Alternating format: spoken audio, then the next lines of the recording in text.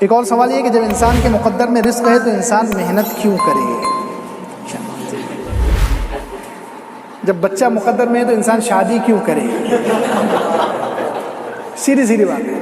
یہاں شادی کے وقت میں کوئی یہ نہیں بولتا کہ بچہ مقدر میں تو بھائی خود بخود آ جائے گا چھت پھاڑ کے. یہاں کوئی بھی یہ نہیں کہتا کہ بچہ اگر مقدر میں ہے تو ہم شادی کیوں کریں گے.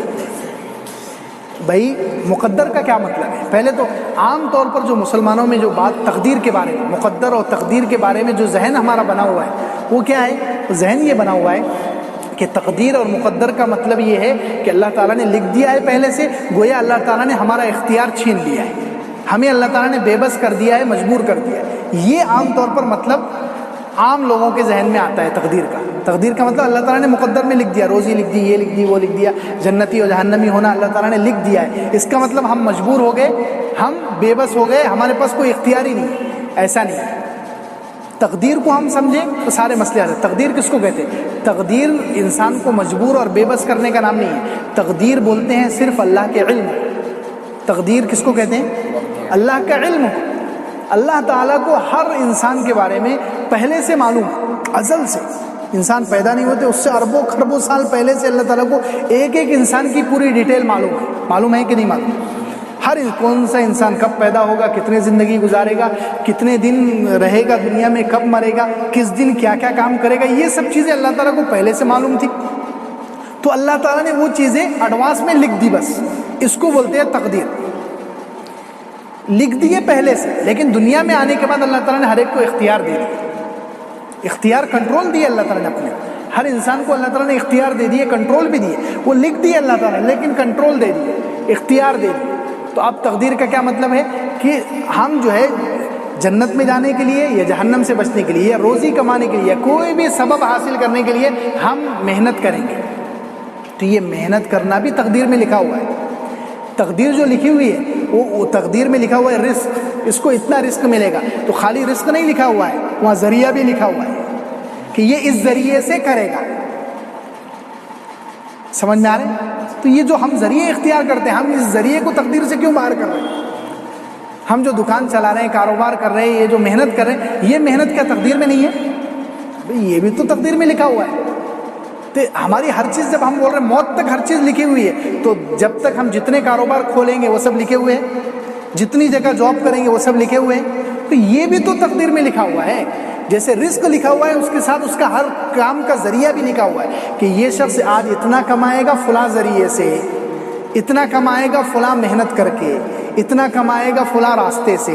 تو وہاں جو ذریعے ہیں، اسباب ہیں، وہ بھی لکھے ہوئے. جنت میں جائے گا فلاں نیک عمل کر کے، ایسے ہی لکھا ہوا ہے. یہ تھوڑی لکھا ہوا ہے کہ جنت میں جائے گا وہ کوئی بھی عمل نہیں کرے گا اور ڈائریکٹ جنت میں جائے گا. ایسا کسی کے بارے میں لکھا ہوا ہے؟ نہیں. جنت میں جائے گا فلاں عمل کرے، ذریعہ. جہنم میں جائے گا فلاں کفر کا ذریعہ. تو جیسے تقدیر میں جو ہے اللہ تعالیٰ نے رزق لکھا ہے، جنتی اور جہنمی ہونا لکھا ہے، تو اس کے اسباب بھی لکھے ہوئے ہیں.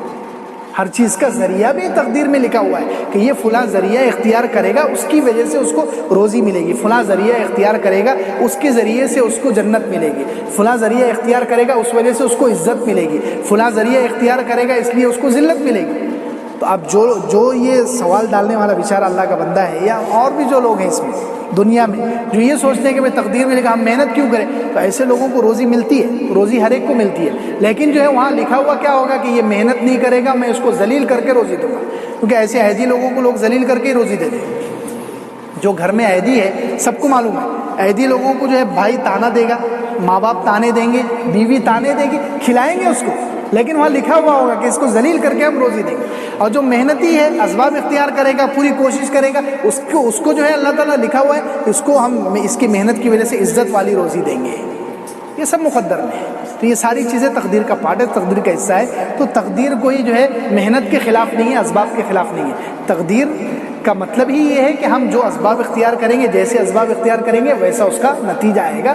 تو یہ اللہ تعالیٰ نے اپنے علم میں تھا، وہ پہلے ہی لکھ دیا ہے. چلیے سمجھ میں آ گیا؟ کیونکہ یہ بہت خطرناک بحث ہے تقدیر کے بارے میں، یہ جلدی سمجھ میں نہیں آتی، اور اس کی وجہ سے بہت سارے لوگ نعوذ باللہ گمراہ بھی ہو جاتے ہیں. بہت سارے لوگ عمل بھی چھوڑ دیتے جنتی اور جہنمی ہونے میں. بھئی جب اللہ تعالیٰ نے ہمارا جہنمی ہونا لکھ دیا ہے، وہ کیا بولتے ہیں، جب جہنمی ہونا لکھ دیا ہے تو ہم نماز کیوں پڑھیں؟ یہ سوچتے ہیں لوگ. اللہ تعالیٰ نے طے کر دیا ہے جنتی یا جہنمی، تو جنتی اگر ہم طے ہیں تو نماز نہیں پڑھیں گے تو بھی جنت میں ہی جانے والے ہیں، اگر جہنمی طے ہے تو نماز پڑھ کے بھی کوئی فائدہ نہیں ہے، ہم جہنم میں ہی جانے. یہ لوگ سوچ کر شیطان ان کو اس مغالطے میں ڈال دیتا ہے کہ وہ عمل ہی چھوڑ دیتے ہیں کہ بھئی جب ہمارا جنتی یا جہنمی ایک فکس ہے تو ہم عمل کرو تب بھی جنت میں جانے والے، نہیں کرو تب بھی جنت میں ہی جائیں گے، کیونکہ جنتی لکھا ہوا ہے. اور جہنمی لکھا ہوا اگر ہے تو ہم کتنی بھی نمازیں پڑھ لو، سر پٹک لو، ہم جہنم میں ہی جانے والے ہیں. یہ ایسا نہیں ہے. جنتی اور جہنمی ہونا جو تقدیر میں لکھا ہوا، تقدیر اللہ کے علم کا نام ہے. اللہ تعالیٰ نے علم میں تھا کہ میں اس بندے کو دنیا میں بھیجوں گا، اس کو اختیار دوں گا، یہ اس اختیار کو کیسے استعمال کرے گا، اس کا پھر کیا نتیجہ نکلے گا. اگر وہ اچھا استعمال کیا تو اچھا نتیجہ نکلے گا، اس اختیار کو اس نے غلط استعمال کیا تو برا نتیجہ نکلے گا. یہ لکھا ہوا ہے تقدیر. اس کو